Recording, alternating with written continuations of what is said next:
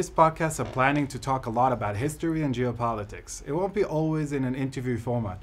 Sometimes I'll do most of the talking and I'll have a friend join me to help out because I'm really bad at doing monologues on my own, just talking to the camera. I prefer talking to a real person, and I think it comes across as more interesting, natural, and spontaneous that way. Here to help me out today is my friend Isaac Nakash. Isaac is a tech entrepreneur and strategist whose ventures span AI, social networks, and global finance. But we're not going to talk about any of that today. Instead, we'll be diving into the historical origins of the name Palestine. Hi, Isaac. How you doing? Hey, thank you for having me on your show. Welcome. I've been waiting for this. I know, right? Yeah. I consider you a historical genius, so I'm going to learn a lot today. And I consider you a YouTube genius, so you can help me grow my YouTube channel. We can actually arrange that. I can help you with that, actually. Yeah. I guess we'll talk about that after the show. But I guess today we're going to be talking about Palestine and the origins. So I guess my first question to you is, what is the historical origin of the name Palestine? And how does it relate to the land of Israel? And are the Palestinians, are they descendants of the ancient Philistines? So in the last 2 years, you got youth in the West chanting Palestine, Palestine, Palestine. You know, free Palestine, all of that. And you would think that they would know a little bit about the background and the history of this word that they love using so much, right? And about this name of territory, because they think that the Palestinians are the natives and the Jews are the colonialers or, European foreign colonializer that have nothing to do with the land. So it's important that people will understand, and especially young people, what is the historic background of the word, of the name Palestine, from a completely neutral, archaeological, historical, scientific way. Not, this is history. There's not several versions of history. There's just one version of history. So I'll take you back 2,000 years to the Roman Empire. That was the biggest empire the humanity saw until that time. It stretches from Britain on one side and Egypt on the other side. And it contained tens of millions of people. And the empire is split into provinces. Each province is like, if you would take it like America, like the United States, each province is like a state, something like that. And there is an official name and title and background of each state, of each province. So back then, the Holy Land, the land of Israel, was part of the Roman Empire, and the official name of the province was Province of Judea, because after the Roman Empire annexed Judea, after the death of King Herod, around the time of Jesus, the birth of Jesus, they incorporated into the empire, and the official name was Judea. And you see it in all the coins, you see it in all the Roman documents, you see it in the New Testament, referring to Jesus' birthplace is in Roman province of Judea. That was the official name, not just by the Jews, but by everybody in the Roman Empire to the province. So the Jews were very rebellious, and that's where the stories start. The first revolt was the Big Revolt in 66 AD, the first century. And this revolt is very dramatic because it ended with the destruction of the temple in Jerusalem. And this revolt was led by Aspasia, General Aspasia, and then Titus, his son Titus. And Aspasia, in the middle of the war between the Romans and the Jews, the emperor in Rome died, Nero, and he had no living heirs. So there was sort of a civil war happening in the Roman Empire about who will be the next emperor. And the general Aspasia became the emperor of Rome. He went back, his son stayed in Judea, and to finish up crushing the Jewish revolt. And when they finished crushing the Jewish revolt and Jerusalem was destroyed, they celebrated the victory over the Jews to elaborate themselves, because they were not from a royal family bloodline. They were not from the Julio-Claudian dynasty. The Jews. No, Vespasian. Okay. Vespasian, the new emperor, was a pleb, was from the Okay. lower classes of Rome that was not supposed to be an emperor, because emperor is supposed to be somebody who's sort of descended from the first emperor Augustus, okay? And he had nothing to do with it. But there was a civil war, and he won. And he wanted to legitimize his rule. So, for example, what he did, he took the treasures, the money, from the temple in Jerusalem of the Jews, and he built with this money the Colosseum in Rome to show the Roman people how much he cares for them, and he gives them entertainment and free bread and stuff like that. So the Jews actually did not build the pyramid in Egypt, but Jewish slaves did build the Colosseum in Rome with Jewish treasury. And also, it was a custom in Rome that after a big victory over a foreign people, you make a parade in Rome, a military parade. And you build especially an arch to celebrate that the soldiers go through the arch, yes. Yeah. So the Victory Arch that was built, and it stands until today almost intact in the center of Rome, in the center of the Forum Romanum, in the most touristic place in Rome, is Arch of Titus, the son of Vespasianus, who was already the emperor, and it celebrates the victory over the Jews. And in the inside of the arch, it's graved, and you can see it until today, it's engraved a scene of Roman soldiers carrying treasures from the temple, including the menorah. And this is how we know how the menorah from 2,000 years ago from the temple used to look like. And this is today the symbol of Israel with the menorah. The emblem of Israel is from that scene carved on Titus Arch.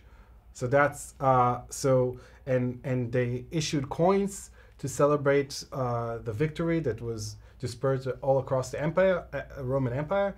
And you see in the coin a man stepping on a woman that sits down and cry, and the men represent Rome, and the crying woman represents Judea. And it's written on the coin, Judea Capta. Judea Capta means captive Judea. And you find it all across the Roman Empire. It was like the money. Like today you have... So it was a big deal for them to actually crush that revolt, right? It was a big deal, but the point is that there's countless of archaeological proofs, even on that time, in very late time of first century, of the late first century, that the name of the land was Judea. Now, 60 years later, in the beginning of the 12th century, I think around 120 AD, the Jews had another revolt. This time it was called the Bar Kokhba revolt. They managed to gain independence for around 1 year and push the Romans out, which was unheard of, that such a small people managed to, push out the mighty Roman Empire. But of course, the Roman Empire did not gave up, and they sent about 2/3 of the Roman army from all across the empire. Wow. They sent legions from Britain and from Germany and from all across the empire to crush this revolt. Yeah. And it is considered to be the first Holocaust of the Jews, because hundreds of thousands of Jews were killed during this revolt, and hundreds of thousands were sent to slavery in Spain and Italy and other places. But still many Jews stayed in the Holy Land. But one of the punishments for the Jews, besides the killing and slavery, that Emperor Hadrian, the emperor that was commanding that was the emperor at the time, was Hadrian.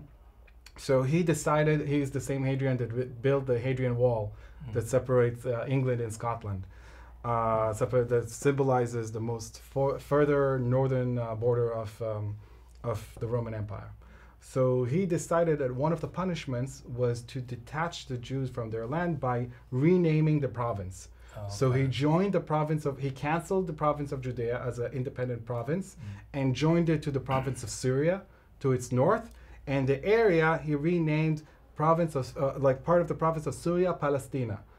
And so the first time that the land was recognized, all of the land as Palestine, was from this colonial effort of Rome to detach the natives, the Jewish natives, from their land. Wow. But and you would expect, and you know, like everything from the Roman Empire, the name stuck in European languages, okay? Right, because the letters we use in ABC in English is Roman letters, Spanish, Italian. They dominated literature. So Everything, Yeah. like everything in the Western culture comes, well, not everything, a lot comes from us, from the Jews, because that's Christianity. So you have, but actually during this time, you have this clash of civilizations of the Jewish civilization and Roman civilization, and this led to the birth of the Western civilization and Christianity. But that's a separate issue. So the same way that the Roman months are the months we use today, and the Roman days of the week are the ones we use today, although in English it was changed to Scandinavian, Germanic gods, but it's the same principle. It's the same gods that replace the same equivalent gods of the Romans. Sunday, Monday, Tuesday, all of that is different gods from the Roman pantheon that then was later changed to a Germanic pantheon. So anyway, so the name of the Holy Land was stuck to be as Palestine, but it was just a name of a geographical area. There was no ethnic connotation to it, like Arab or Muslim. Muslims didn't exist. Islam didn't exist back then. All of this is more than 600 years before the birth of Muhammad. So all of this has nothing to do with Muslims.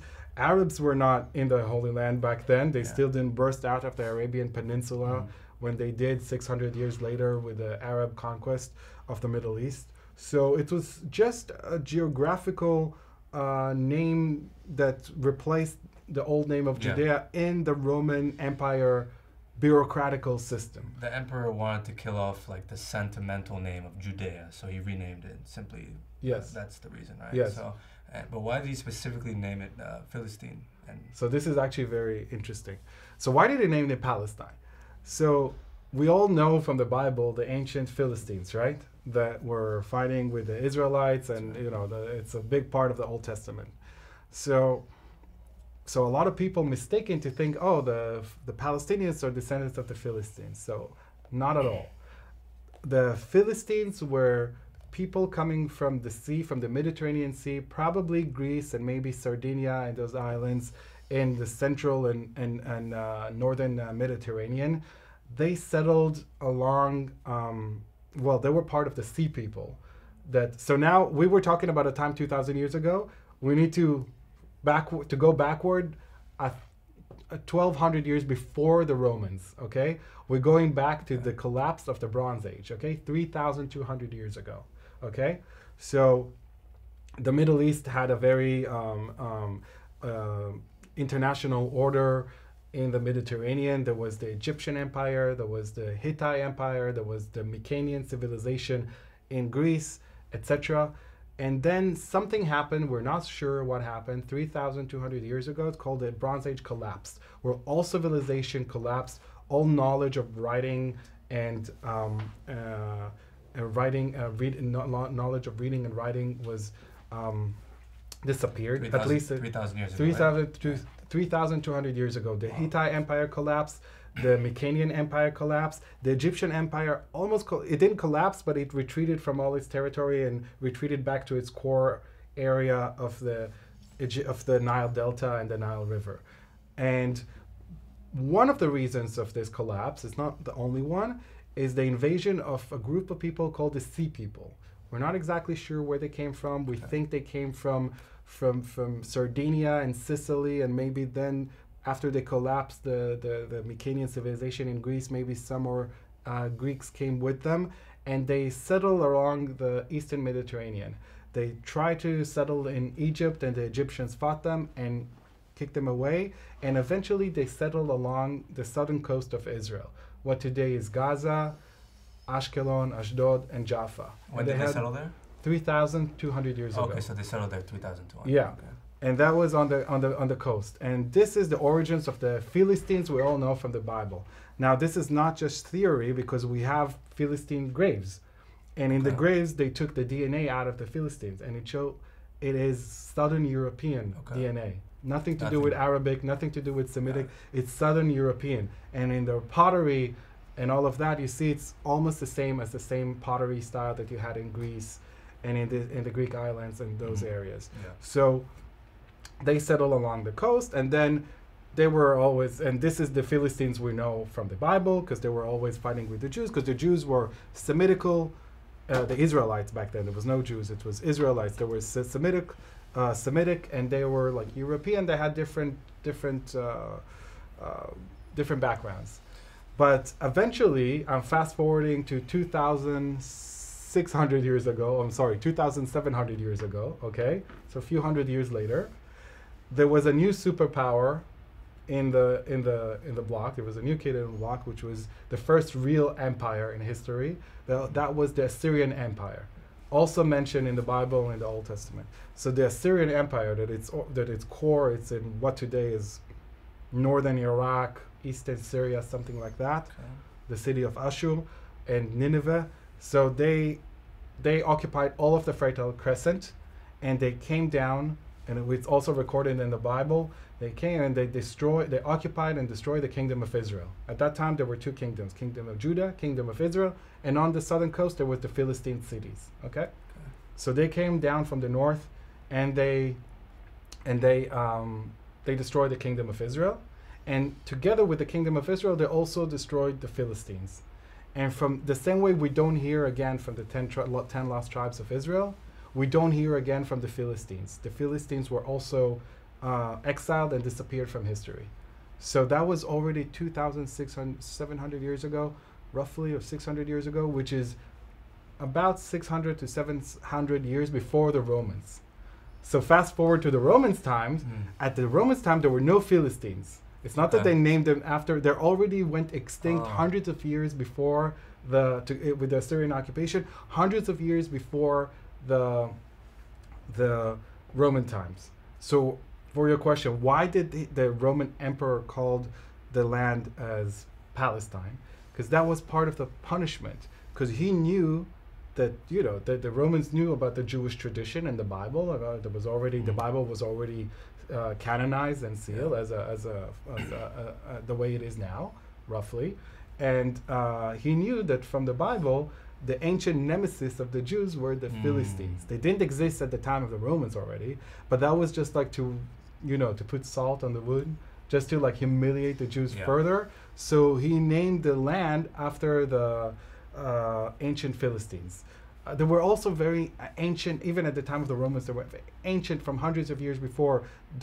Historical documents of the Greeks that were seafarers, and they called the coastal area of what today is Gaza and Ashdod and Ashkelon, they called it Philistia, after these Philistines that still existed back then. But at the time of the Romans, the Philistines no longer existed. So they have nothing to do with the current Palestinians, who are Arab Muslims who immigrate in modern times to the land of Israel. Nothing to do with that. Wow, okay. And so how did the Arabs in the land of Israel, why did they start calling themselves Palestinians? And what's the origin of the Palestinian movement, like the PLO? So if this is right, like there's only one version of history, right? Right. So with all these facts laid out, where did all this come from? So the last time there was an independent kingdom or country or whatever in the land of Israel, Palestine, whatever you call it, the Holy Land, was the Jewish kingdom of Judea under King Herod the Great. And then it was incorporated in the Roman Empire, and then it was for hundreds of years under the Roman Empire.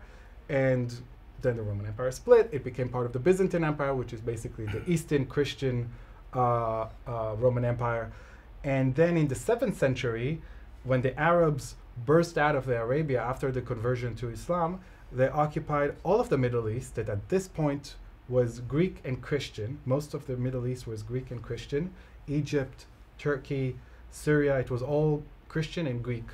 And there were still Jews living in the land of Israel. And they occupied a huge empire going from Spain in the west all the way to India in the east. So it was a huge empire where the land of Israel is just a tiny, insignificant part of the empire, not its own separate country. And then the land stayed mostly empty and desolate.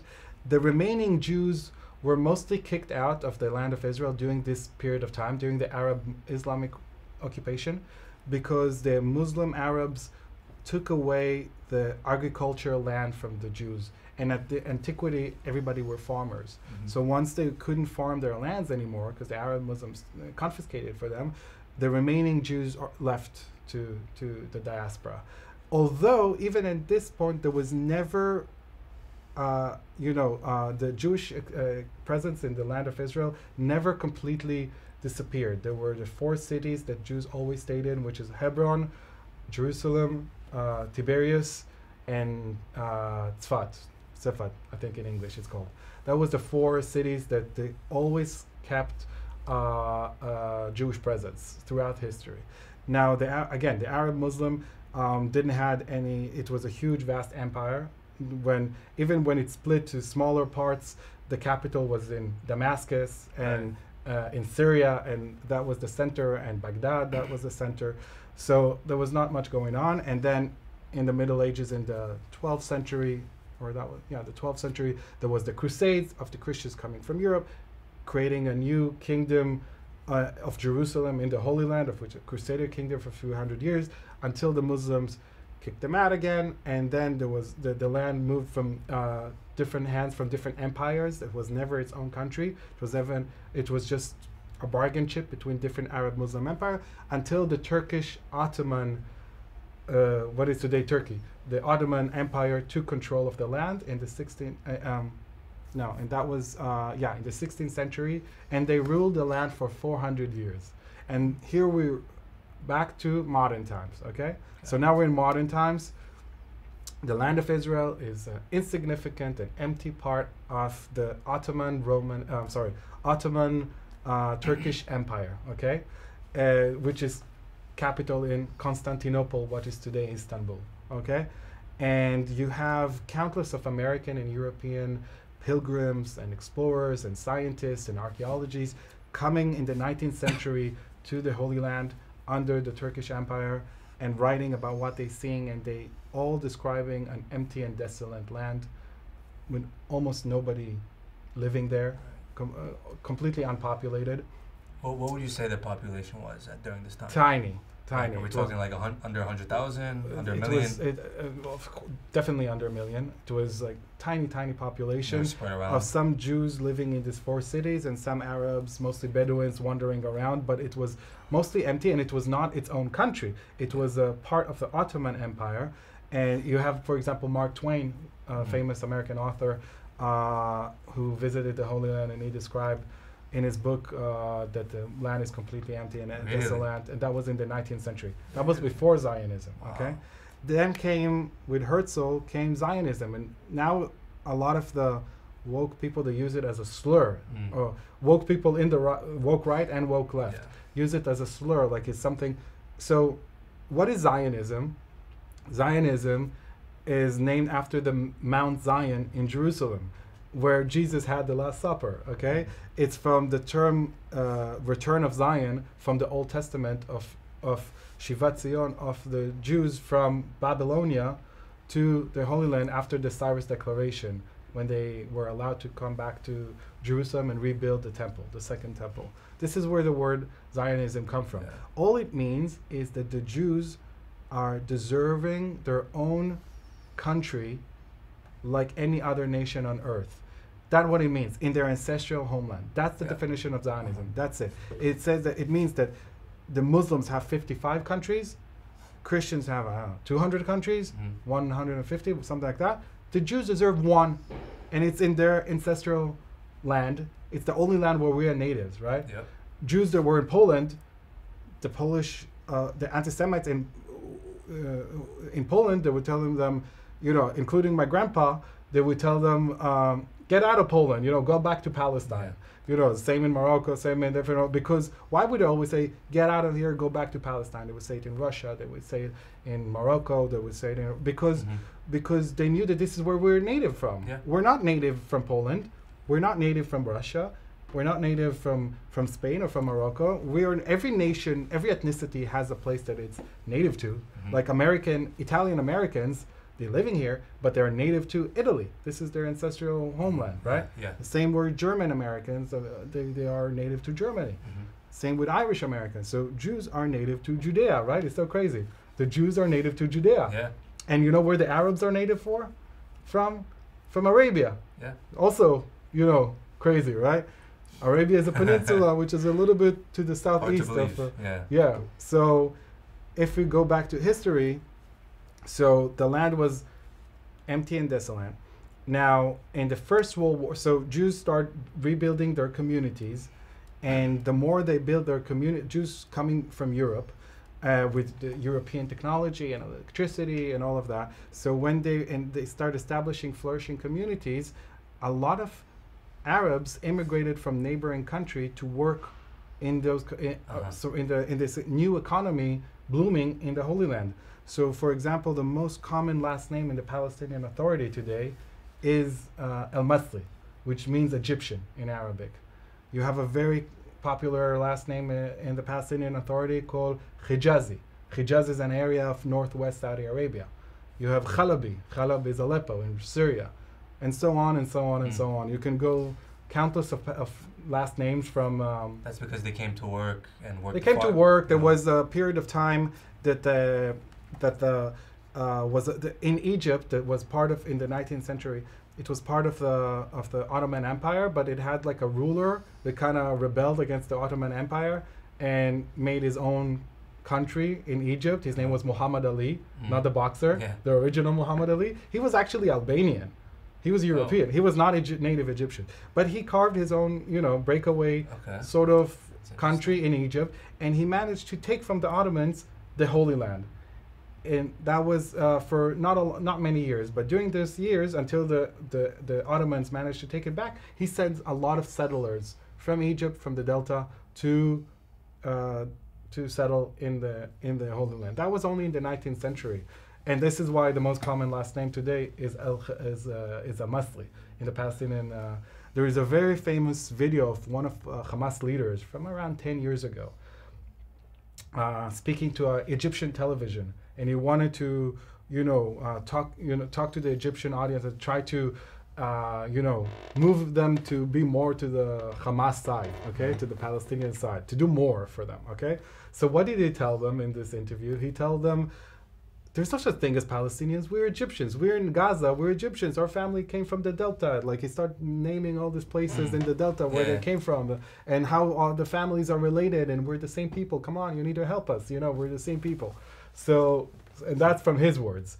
So how do we get the modern sense of the Palestinian Arab Muslim? Okay, so in the First World War, the Turkey, the Ottoman Empire joined the axis of Germany and Austro-Hungary.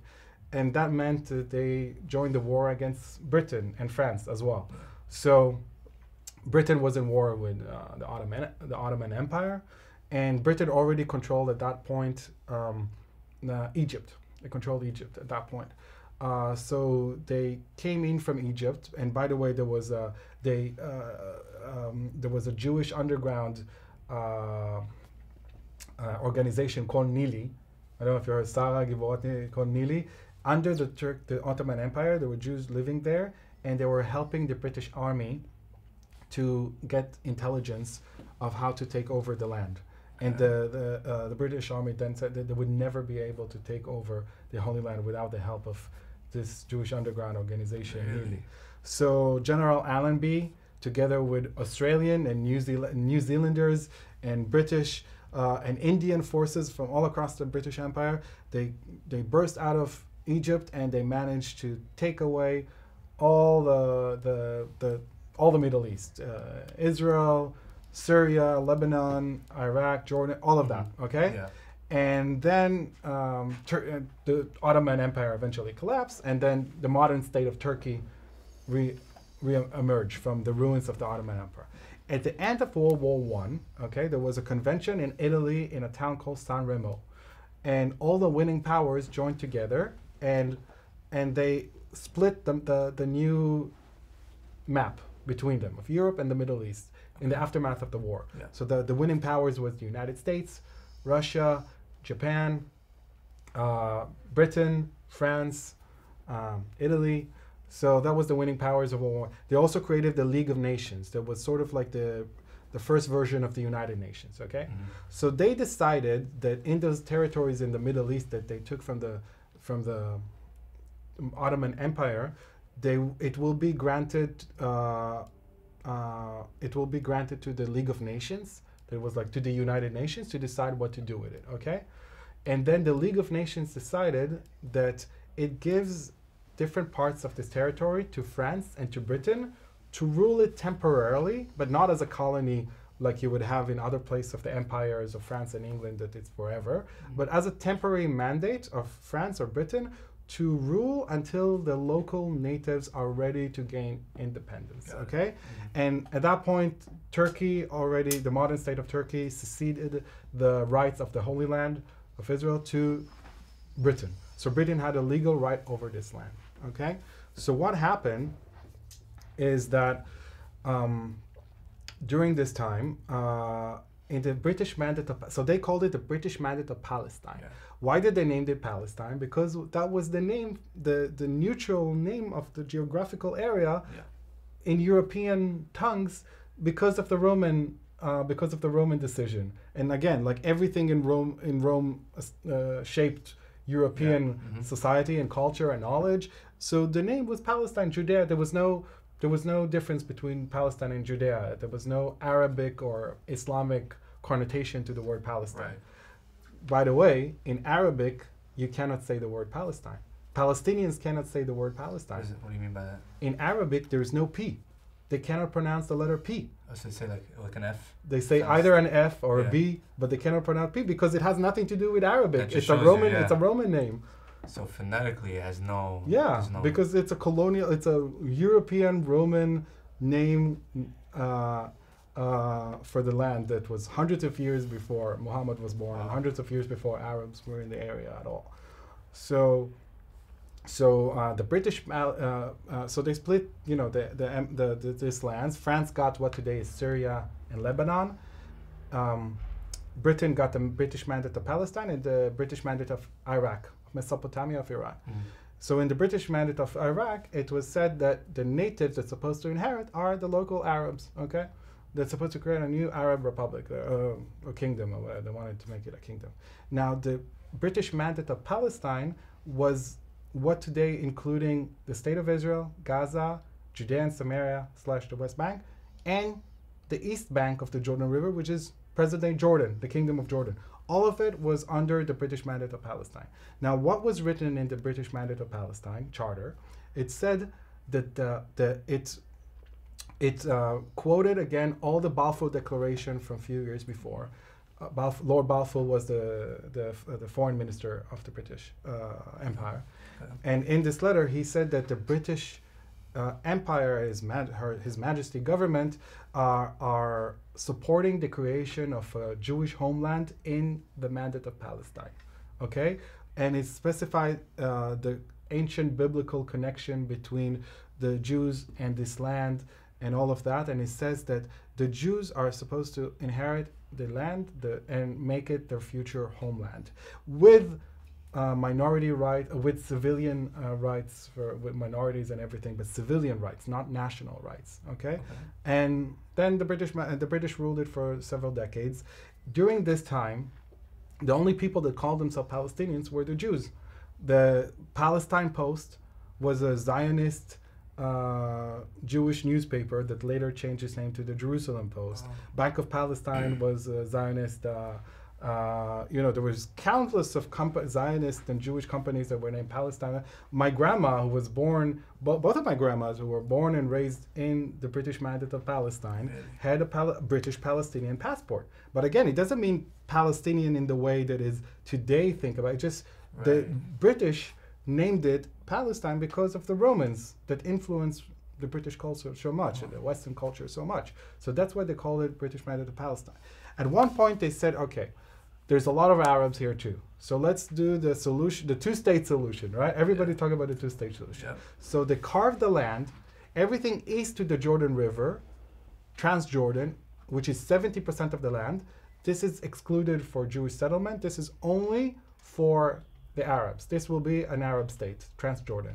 Everything west of the Jordan River, this will be the Jewish homeland, which is today's Israel, West Bank, and Gaza. And this is how the country of Jordan was created.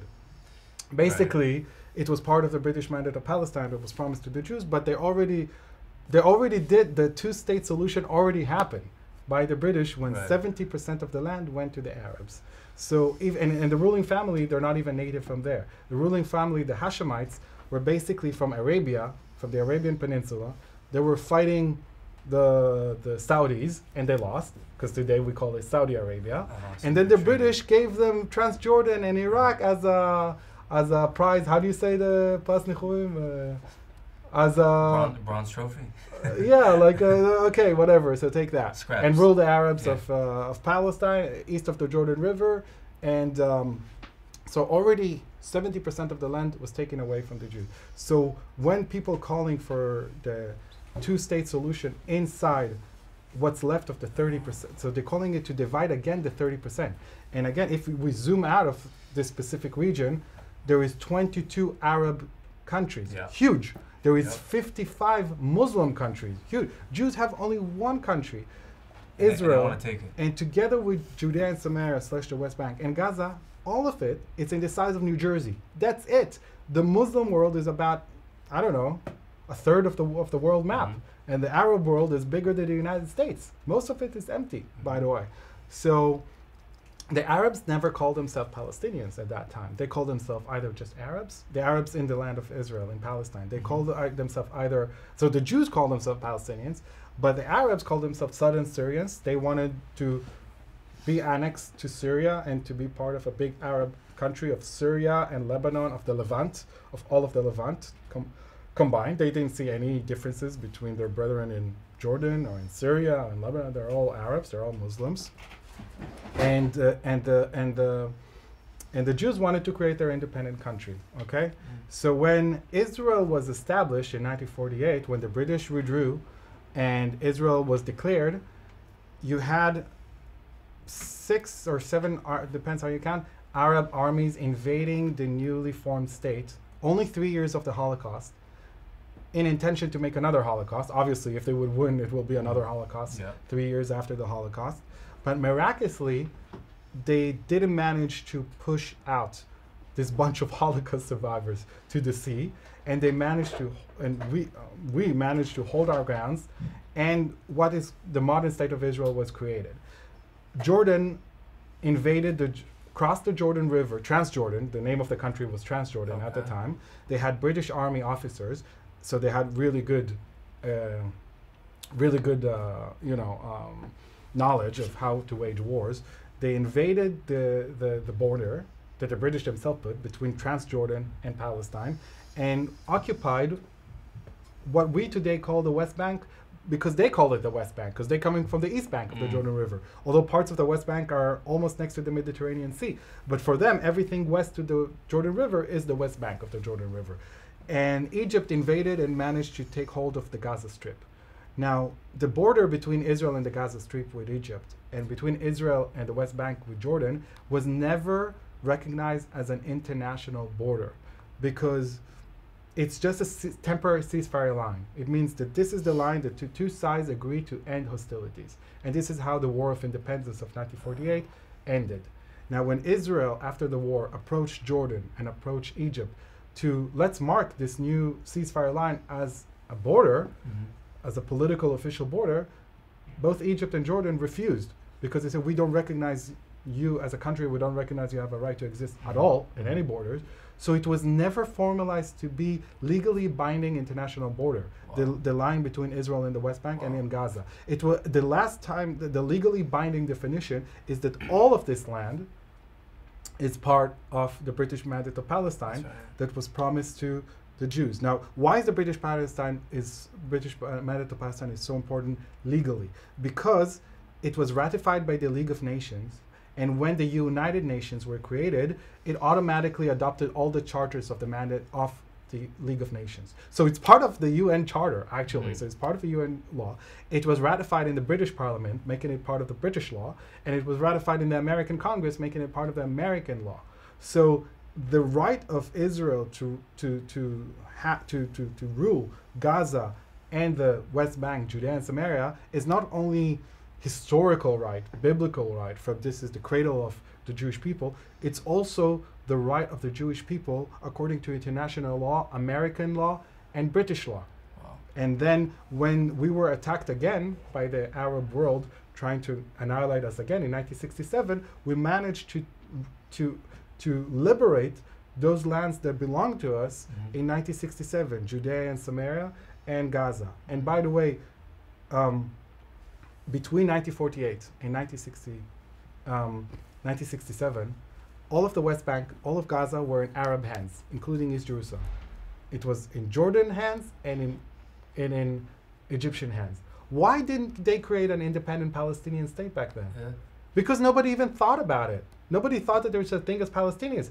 The Arabs in the West Bank were just Jordanian citizens, and the Arabs in Egypt, they were not Egyptian citizens, but they were part of Egypt. And no country in the world pushed Egypt and Jordan to give this land to make it a Palestinian state. Yeah. And when was the PLO created? When was the Palestinian identity created? Basically, it was created completely artificially in 1964, again, 3 years before this land came under Israeli control. So all of the West Bank were under Arab control, all of Gaza were under Arab control, Jordan and Egypt. And this is the time when the PLO, Palestine Liberation Organization, was created in Jordan by Yasser Arafat, who was a KGB officer.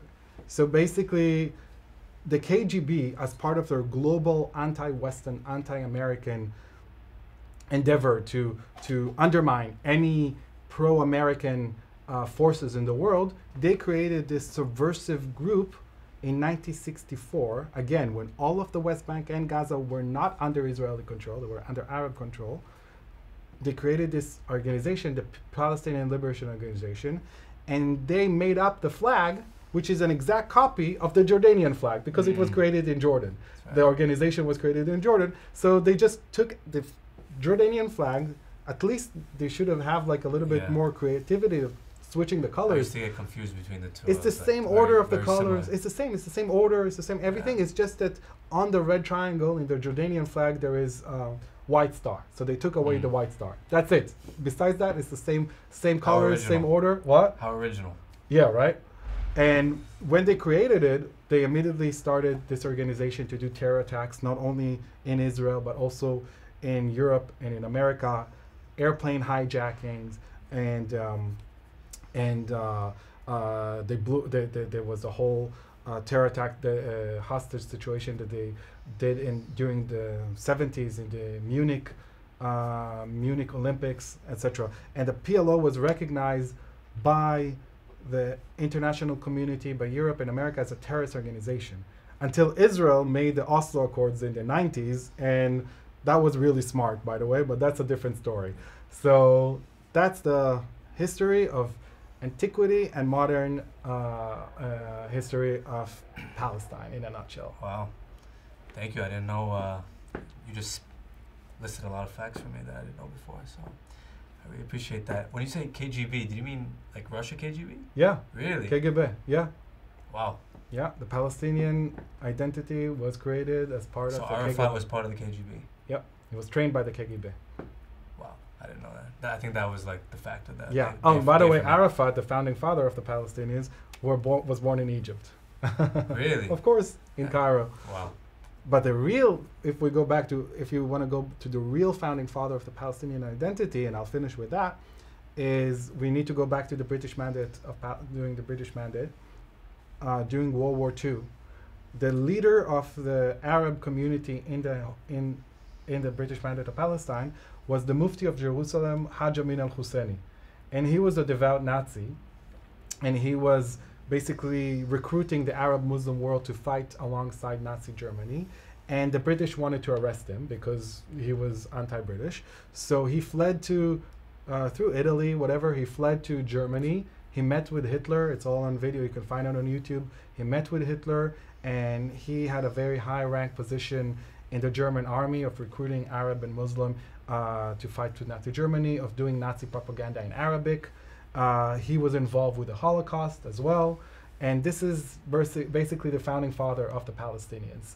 Wow. And Arafat was the biggest killer of Jews since Hitler and a terrorist. So yeah, so very, very beautiful Ending. and I suppose. inspiring history of the Palestinian cause and movement.